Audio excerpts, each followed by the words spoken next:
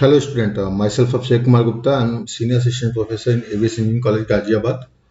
Gate MCQ की series को आगे बढ़ाते हुए मैंने गेट 2012 का एक क्वेश्चन लिया है। मैक्सिमम पावर ट्रांसफर थ्योरम से रिलेटेड ही क्वेश्चन है ये। क्लियर? ठीक है, तो इस क्वेश्चन को मैंने क्यों उठाया, क्योंकि अभी तक जो लास्ट लेक्चर था उसमें हमने देखा था कि वेरिएबल लोड की वजह से हमारा मैक्सिमम पावर ट्रांसफर थ्योरम का लॉजिक निकल के आता है और जेडएल की वैल्यू जेटीएच कॉन्जुगेट के बराबर आती है। ये सारी चीजें हमने देखी थी और अलग अलग कंडीशन देखे थे प्योर रजिस्टिव लोड के लिए, pure resistive Thevenin equivalent resistance के लिए। बाकी सारी चीजें हमने कंसीडर की थी लास्ट लेक्चर में। आप लास्ट लेक्चर जरूर देखिएगा तो उससे क्लियर होगा। अभी हम जो लोड मतलब इस क्वेश्चन को मैंने इसलिए उठाया क्योंकि यहाँ पे अगर आप ध्यान देंगे circuit B is treated as the load. Clear? दो सर्किट है। क्लियर? एक आपका सर्किट ए है और सर्किट बी है। क्लियर? क्वेश्चन क्या है? Assuming both the voltage source are in phase, the value of R for which maximum power is transferred from circuit A to circuit B. This is the question. Clear? ठीक है। होता क्या है कि हम flow में रहते हैं, हमें लगता है कि R is the variable, R variable है तो हमें आर को एज ए लोड मान के और उसके अक्रॉस थेवेनिन इक्विवेलेंट रेजिस्टेंस निकाल देना है। क्लियर? हमें आंसर मिल जाएगा। क्लियर? लेकिन R इज द वेरिएबल किस केस में हम करते हैं dp बाई डी आर करते हैं, वो किस केस में करते हैं? जब हमारा लोड केवल और केवल एक पैसिव एलिमेंट हो। लेकिन यहां पे क्या है? Circuit B is treated as the load. क्यों हो रहा है? क्योंकि क्वेश्चन में साफ मेंशन है कि from circuit A to circuit B आपका पावर ट्रांसफर हो रहा है और वो भी मैक्सिमम पावर ट्रांसफर हो रहा है। क्लियर? ठीक है। तो यहां पे होता क्या है कि हम फ्लो में क्या करते हैं कि ये हमारा R है। क्लियर? ठीक है। ये 2 ohm resistance, this is the 10 volt and यहां पे हमारा एक कैपेसिटर लगा हुआ है जिसकी वैल्यू -j1 ओम है। Clear? And this is the voltage source, again this is in phase in 3 volt. Clear? तो ये क्वेश्चन में मेंशन है। ठीक है, तो ये चीजें हैं। हम क्या करते हैं, फ्लो में एज्यूम कर लेते हैं आर हमारे लिए लोड है और हम आर के अक्रॉस एक थेवेनिन इक्विवेलेंट रेजिस्टेंस निकाल लेते हैं और थेवेनिन इक्विवेलेंट रेजिस्टेंस निकालने के लिए सिंपली क्या करते हैं, वोल्टेज सोर्स को शॉर्ट सर्किट कर दिया। क्लियर? ठीक है, और हमें ए और बी एज्यूम कर लिया और इसके अक्रॉस हमने आरटीएच की वैल्यू निकाल ली। यहां भी वोल्टेज सोर्स शॉर्ट सर्किट हो गया। ठीक है, कैपेसिटर इसके पैरेलल आ जाएगा। ठीक है, और ये आपका 2 ओम। तो हम क्या करते हैं, आरटीएच की वैल्यू कैलकुलेट कर लेते हैं और आरटीएच की वैल्यू यहां से क्या दिख रही है आपको, साफ साफ दिख रहा है कि ये 2 ओम के बराबर होगा क्योंकि कैपेसिटर शॉर्ट सर्किटेड है तो कैपेसिटेंस की कोई वैल्यू, कैपेसिटिव रिएक्टेंस की कोई वैल्यू नहीं आएगी तो आरटीएच की वैल्यू 2 ओम के बराबर हो जाएगी। यानी आरटीएच की वैल्यू आर के बराबर, क्योंकि आपका लोड रेजिस्टेंस है ये हमने देखा है, तो आर की वैल्यू आरटीएच यानी 2 ओम। ये हम आंसर लिख के चले आते हैं जो कि बिल्कुल गलत। This is the wrong approach to solve this question, क्योंकि यहां पे पैसिव एलिमेंट नहीं है जो कि वेरिएबल। यहां पे सर्किट टू सर्किट पावर का ट्रांसफर हो रहा है और जब सर्किट टू सर्किट पावर का ट्रांसफर होता है तो हम ये देखते हैं कि हमारा पावर जो होगा वो क्या होगा। क्लियर? तो इस बात को ध्यान में रखते हुए हमें क्वेश्चन को अप्रोच करना है। ये नहीं कि हमारा वेरिएबल आर है तो हम सीधे सीधे आर को वेरिएबल ले लें और आर के अक्रॉस थेवेनिन इक्विवेलेंट रेजिस्टेंस निकाल दें और हमारा क्वेश्चन सॉल्व हो जाए। नहीं, हमें ऐसा नहीं करना। हमें क्या करना है, हमें क्वेश्चन को टैकल करना है इस हिसाब से कि मैक्सिमम पावर ट्रांसफर थ्योरम हमें अप्लाई करना है ताकि सर्किट ए से सर्किट बी की तरफ पावर मैक्सिमम ट्रांसफर हो। अगर हम इस क्वेश्चन में देखें तो कभी भी एक चीज हमेशा ध्यान रखना, मैंने पहले भी डिस्कस किया हुआ है कि कभी भी अगर वोल्टेज सोर्स के पैरेलल में कोई एलिमेंट होता है तो उसका कोई खास मतलब नहीं रह जाता है। मतलब कब रहता है, जब करंट, जब उस वोल्टेज सोर्स में करंट निकालना हो, अदरवाइज कोई मतलब नहीं रह जाता क्योंकि पैरेलल एलिमेंट है। तो पैरेलल एलिमेंट का मतलब क्या हो गया, उसके अक्रॉस वोल्टेज आपको पता चल जाएगा। अक्रॉस वोल्टेज आपको पता चल गया तो आपको उसके में फ्लो होने वाला करंट पता चल जाएगा सीधे V इक्वल टू IR से। क्लियर? ये आपका सर्किट है 10 volt and 3 volt. Clear? This is the -j1 ohm, this is the R which is variable and this is 2 ohm resistor. हमारा दो सर्किट है यहां पे, circuit A and circuit B. ये क्वेश्चन में मेंशन है कि ये सर्किट ए है और ये सर्किट बी है। क्लियर? ठीक है, तो हमें देखना है कि सर्किट बी पे मैक्सिमम पावर ट्रांसफर होकर पहुंच रहा है कि नहीं पहुंच रहा है।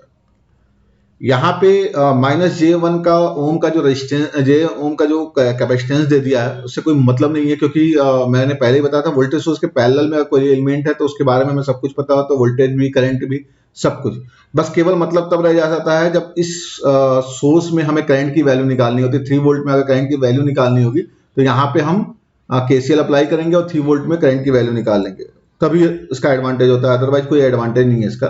तो हम यहाँ पे इस कैपेसिटर को नेगलेक्ट कर सकते हैं क्योंकि इस कैपेसिटेंस का कोई रोल नहीं, क्योंकि अगर हम KVL लगाएंगे भी तो इस कैपेसिटेंस को यहां मान लो, अगर मैं KVL लगाऊंगा भी तो 3 वोल्ट के पैरेलल है, तो 3 वोल्ट के पैरेलल है यानी कैपेसिटेंस के अक्रॉस वोल्टेज भी 3 वोल्ट के बराबर है। क्लियर? ठीक है, तो यहां पे हमें क्वेश्चन को जो अप्रोच करना है, यानी जो इक्विवेलेंट सर्किट हमारे लिए बन के आएगी वो ये आएगी। हमेशा आप ध्यान रखिएगा, वोल्टेज सोर्स के पैरेलल में अगर कोई एलिमेंट है और आप KVL अप्रोच करना चाहते हैं तो उस एलिमेंट को आप छोड़ सकते हैं। क्लियर? ये चीज आप हमेशा ध्यान रखिएगा।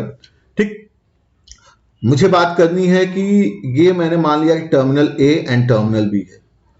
This is the circuit A, this is the circuit B.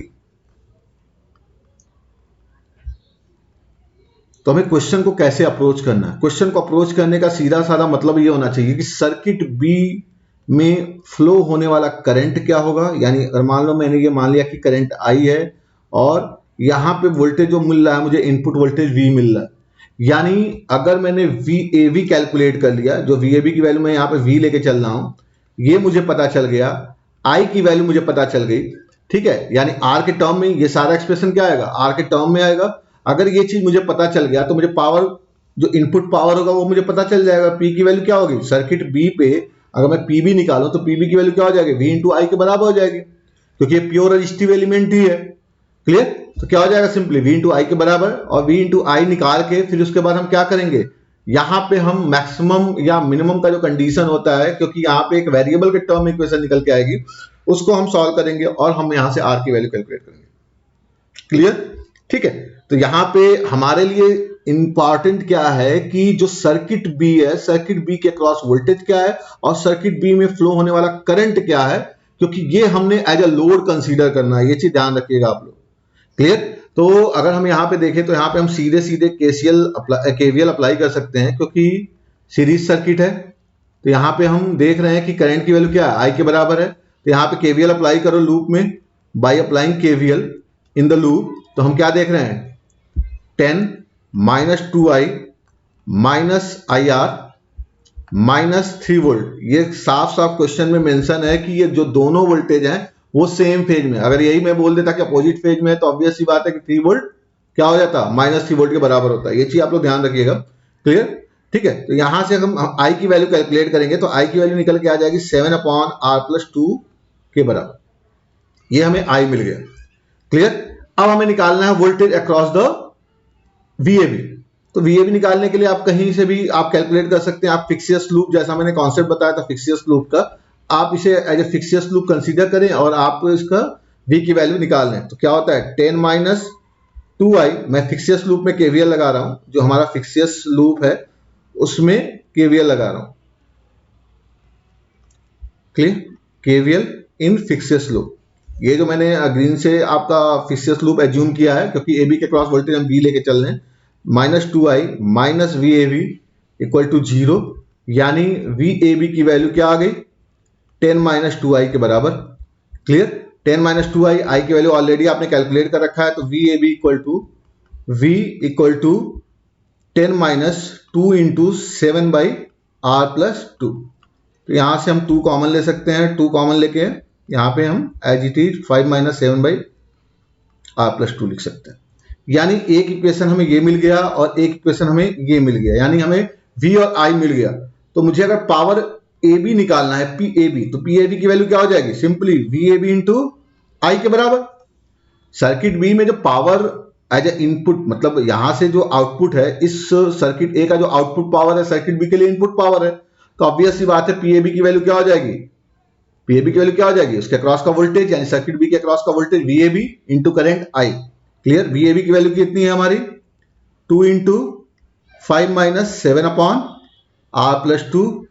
Clear, मैं इसको इसलिए सॉल्व नहीं कर रहा हूं क्योंकि मुझे इसको डिफरेंशिएट करना है, तो इसी फॉर्म में अगर मैं रहने दूंगा तो इजीली मैं इसको डिफरेंशिएट कर सकता हूं, मुझे न्यूमरेटर अपॉन डिनोमिनेटर करने की कोई जरूरत नहीं पड़ेगी कि सीधे सीधे हम इसको डिफरेंशिएट कर सकते हैं, अभी हम आगे देखेंगे भी।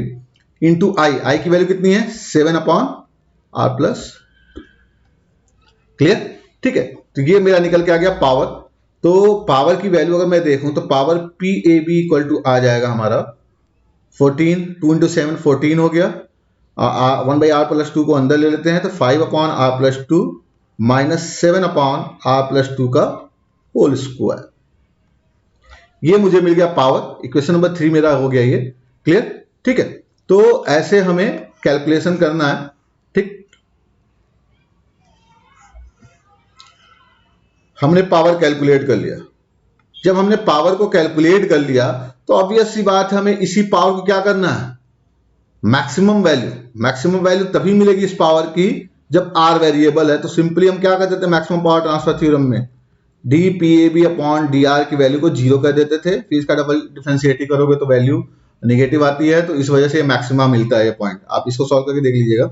हमें D P A B upon D R करना है, तो 14 D by D R bracket में 5 upon R plus 2 minus 7 upon R plus 2 का होल स्क्वायर।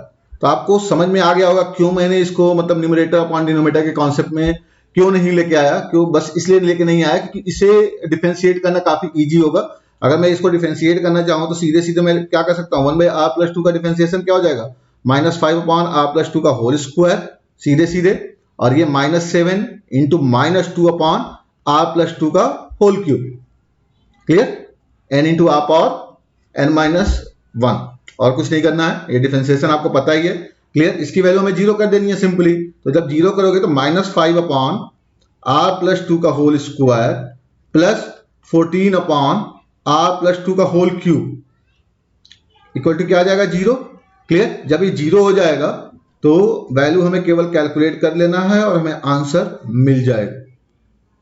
ठीक है, तो वैल्यू कैलकुलेट करो सिंपली, 14 अपॉन आर प्लस 2 का whole cube equal to 5 upon R plus 2 का whole square. Clear, cancel out, ये तुम्हारा क्या आ जाएगा R plus 2 equal to 14 by 5, 14 by 5 का मतलब हो गया 2.8, 5 2 एंड 2.8, तो आर की वैल्यू कितनी आ गई यहां से 0.8 ohm. This is the right answer. तो कई लोग फ्लो में क्या करते हैं, simply maximum power transfer theorem का कोई कंडीशन जानते हैं, उसको अप्लाई कर देते हैं और आंसर 2 ओम लगा के चले जाते हैं, जो कि गलत आंसर है। आपका राइट आंसर क्या है, this is the right answer, यानी 0.8 ohm is the right answer. Clear, तो मेरे ख्याल से आपको अप्रोच समझ में आ गया होगा कि कैसे हमें इस क्वेश्चन को अप्रोच करना है। हमें देखना है कि सर्किट बी के अक्रॉस वोल्टेज क्या है, उसमें फ्लो होने वाला करंट क्या है, उसके बाद हमें इस क्वेश्चन को अप्रोच करना, हमें पावर निकालना है, फिर आर के टर्म में इसको डिफरेंशिएट करके हमें आंसर निकाल देना है। हमें कुछ नहीं करना है इसके अलावा। क्लियर है चीज, ठीक है, तो ऐसे ही इस क्वेश्चन को हमें अप्रोच करना है। ठीक है, तो मेरे ख्याल से आपको समझ में आया होगा कि हमें कैसे करना है। क्लियर, अगर मैं चाहूं तो इस क्वेश्चन में थोड़ा सा चेंज करके क्वेश्चन को थोड़ा सा और स्ट्रांग बना सकता हूं। जैसे मान लो मैंने इसको आई ले लिया, this is the I volt और ये करंट आई है, यानी मैंने सर्किट में थोड़ा सा चेंज किया। यानी अगर मैं इसी क्वेश्चन को थोड़ा सा दूसरे तरीके से देखूं तो मैं इसको कैसे देख सकता हूं, देखो जरा। इसी क्वेश्चन में केवल मैंने डिपेंडेंट सोर्स लगा दिया लोड साइड, तो कैसे क्वेश्चन चेंज हो जाता है, बस ये मैं डिस्कस करना था मेरे को। देखो यहाँ पे सेम क्वेश्चन है, सेम लॉजिक है, आर की वैल्यू निकालनी है आपने, बस क्वेश्चन में क्या मैंने चेंज कर दिया है देखो। यहां पे मैंने डिपेंडेंट सोर्स ले लिया। Clear, this is the 10 volt and this is the I, ये मैंने आई मान लिया, और ये आपका करंट आई है जिसपे ये डिपेंडेंट है, ये आपका 2 ओम, ये आपका आर, और ये इसके अक्रॉस एक कैपेसिटेंस लगा दिया -j1 ओम का। क्लियर। सेम क्वेश्चन के लिए मैंने पूछ लिया कि maximum power transfer through the circuit A to circuit B.